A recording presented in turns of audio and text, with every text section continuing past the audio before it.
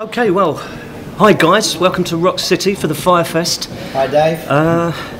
It's a day that, to be honest, I thought I would never see again. Same as us, really. Then. How are you feeling right now? I mean, there's like 10 hours to go until your first show as FM in 12 years. I mean, it's strange, really. It's like, you know, you kind of, there's so much to do, and you forget how much there is to do on the day of a show like this. You know, I mean.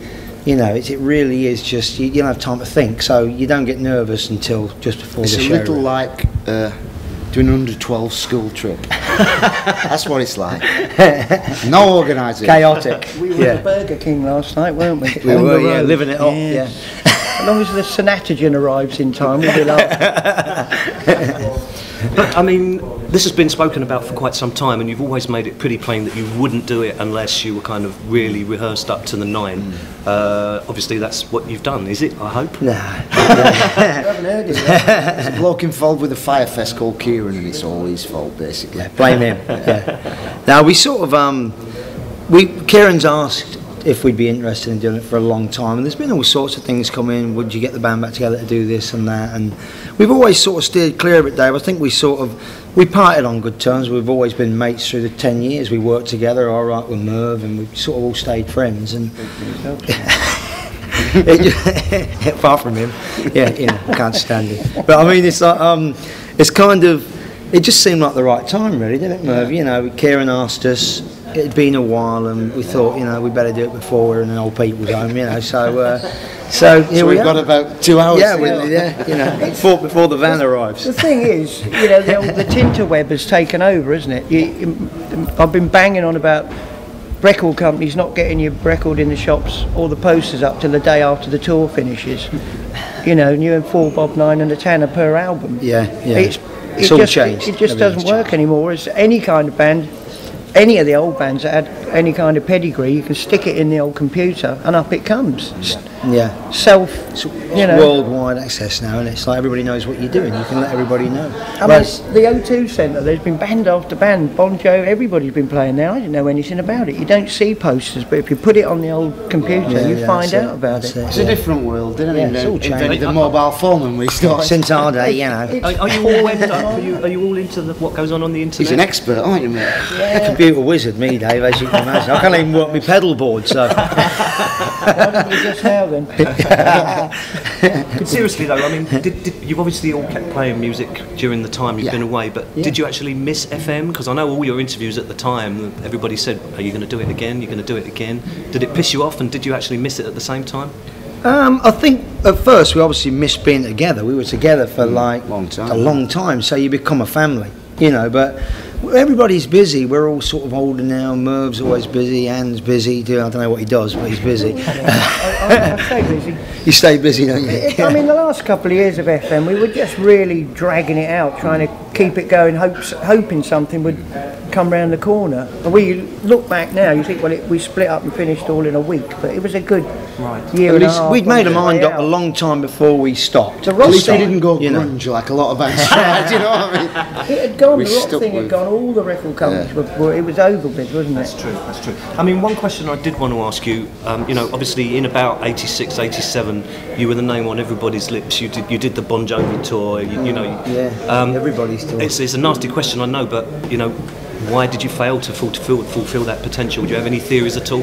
Chronic mismanagement. Yeah, a lot of it was down to record company maybe trying to point us in a direction we didn't want to go. A lot of it was management, and and in this business, a lot of it is luck.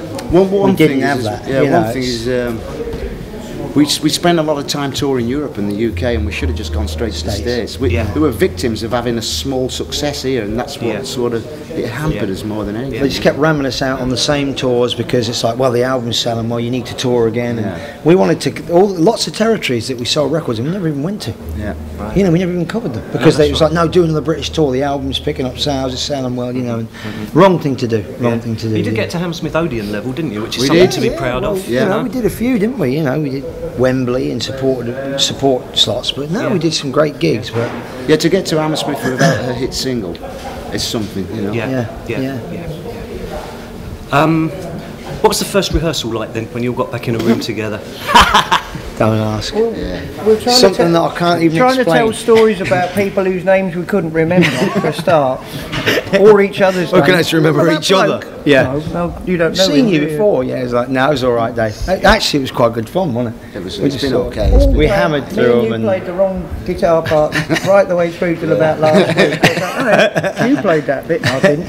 So was it like, What's your name to again? use a cliche, was it like getting back on a bike, so to speak, you know, just plugged in and... yeah, one with a couple of wheels, spokes missing. That was all right, mate. That was all right. One It's of the all. old stabilisers It went off the better left-hand than could side be there. expected for the amount of time we've been apart. It now sounds all off the same album. Yeah, Even though it it's does. off loads of different, you know, the different ones. It all sounds. We've given the indiscreet tracks a bit of a kick up the backside, really, and made them blend in with the other stuff, you know. Interesting. So you'll hate him, Dave. Don't mean to be rude to Mr. Barnett, but can you just tell us, Why? Chris? Don't be as rude as why you break want. the habit of a lifetime? But I mean, how is Chris these days? He's fine, Dave. Yeah. I'm sure people. What you mean? long-time FM What fans Chris will Oberlin, the FM guitar player? You mean? The original. Yeah. An ex-FM guitar No, player. no, I'm just wondering how is he these days? He's very well. He's very well. I was trying to persuade him to come tonight, but We'd have liked him to get up tonight. I was too. He's a very quiet bloke. you know. he's kind of he's got his own little thing going on in King's Inn, guitar school, and he's, to be honest, Dave, when he left, he just lost interest in the business, and there's nobody could have talked him back into doing anything again. He wouldn't. I mean, we tried to get him to play on some tracks on an album, or I did a little while ago, and I actually offered to get somebody to take a studio to his house, and I said, "We'll bring the gear and just put a couple of solos on." Why? He's like, he's just not interested. Not I tried to interested. blackmail him to do the gigs. I don't know. Wouldn't have it. The other original member that is quite a colourful character is Mr. Digital. Sandy's mate. Do you do you have a Therapy about favourite broadcastable anecdote concerning Mr. Digital? There are so many, Dave, and you could no way put them on a DVD. Not that's going out to the general public, anyway. You know. When I first joined the band, we were in Chichester, and I used to have to get a lift back to town with him. And we jumped in his car, 56 mile an hour, because that were optimum speed, like. Yeah. And the stereo wouldn't work, so he started singing to me. And smiling, like entertaining me. And just drive me. They got on like house on fire. These things. Just drop me off in the fast lane, please. Excellent. Nottingham in FM history is fairly famous because it's the first time you ever wore your pink suit on stage. Very true, yes. Did you? Yeah, the Royal Court Sporting Magnum. Yeah. Pea soup. Sorry, the old hearing's going. Is the famous pink suit going to be? No, as you can see, we've made it into a T-shirt. And that's all that's It's a left. shame. I'd love to see Mervyn that again. It's foolish when you're young, you see, you know. I just said, we're only the support band. If I wear something strange, I bet they're right about that and not about the gig. And we're still talking about it Yeah, 20 exactly. years later. You know, nobody's mentioned what the music was like. You know, I've got so- an outfit that is the spirit of the pink suit, believe me. Hopefully Kieran can fit into it tonight if he can. You know. Do you have an all-time favourite FM gig? This one's got to match up to. Cool. I know it's a difficult question, but Portugal. However many times we went there. That was good, actually, wasn't it? it was, That yeah. Portuguese. doesn't matter thing if you stuff we don't. did. But I probably think the Astoria way back. I loved the story. Yeah. That the gig that we 87 recorded, that was Yeah. When absolutely we first saw a big fabulous queue gig. outside, we thought, yeah, You know, this is and it was rammed, and it was just such a great. I think it was the first. It was like being a big band for the first time to Marty, us. Glenn you know. Hughes. Oh yeah. Yeah, that was a good that gig. was great. Yeah, Absolutely a picture. When Yeah. you walked Yeah. on in the suit, you were like fishing around all the walkways. I didn't even know he was coming on. And I heard this high-pitched note, and I thought, God, the monitors are kicking off. And it was Glenn. It was Glenn doing I've some never, audition. yeah. Superb. Bless him. I don't know the lyrics. The flip side of that, is there an all-time worst gig that you wish you could forget? Ask us about 11:15. Oh no, Oslo. Supporting Oh, Magnum. God, yeah, Supporting Magnum would have been it. And they kept moving the gear so far forward. We were like this, leaning up the front of the stage. So luckily, yeah. a bloke called John Bon Jovi helped us out, and we went on his tour. and that's transformed everything. Did you get to hang with John a lot those days? Not much. He's a quiet fella. He's a nice guy. Really nice guy. I mean, they're all nice people. They had no money then as well, so they were different. You know what I mean? They had Slippery When Wet at number 1 at the American charts. They had no money. Yeah, Newcastle City Hall. We were. It's a shit business. Yeah. We were in the next dressing room when they found out they were number 1 in the States, and we thought that must be a nice feeling, you know. And we could hear them all shouting. And yeah, now they were a great band to tour with. Actually, no prima donna rubbish, nothing at all. Really. No, they held the doors many days so we could sound check, and lovely. They were a top excellent band. Yeah. It's nice to hear. It's nice to hear. I guess just summing up then, you know, obviously this is a really important gig. Bands have proven fairly recently, bands like, you know, Magnum and Thunder, that you know, if you make the right impression at a show like this, you can come back and you can have a second lease of life if indeed that's what you would like. I mean, I've read that, you know, you've said you're going to see how the show goes and then consider your options. Yeah, we've just talked. We've been basically getting ready for this, trying to get this right, and we've not really made any decisions yet on what we're going to do after it. And that's it, really, Dave. That's the truth, you know. So we're humbled we've been sold out. Yeah, we are. We've actually been shocked. We've been shocked. We didn't expect. I mean, when we first said we were going to do it, we were all like, we'll just get it all together in the lounge. Nobody will know about it, you know. But it just suddenly, once somebody knew about it, it just all took off.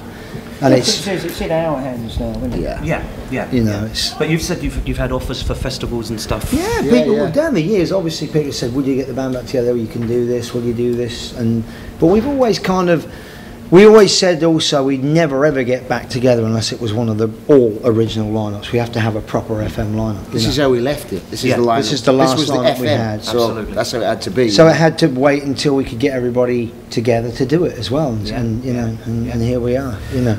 Well, I'm really excited about the show. I can't wait to see it. I almost had to wipe away a tear during the sound check then. So did I. You'd be crying by the end of the gig, man. So I hope you have a great show, and and just play me it later, Dave, when you walk and see how it went. All right. Okay. And I hope you don't have bad luck finding a lager later. Oh, I won't. Don't you worry. All right, mate. Thanks very much. Thank you.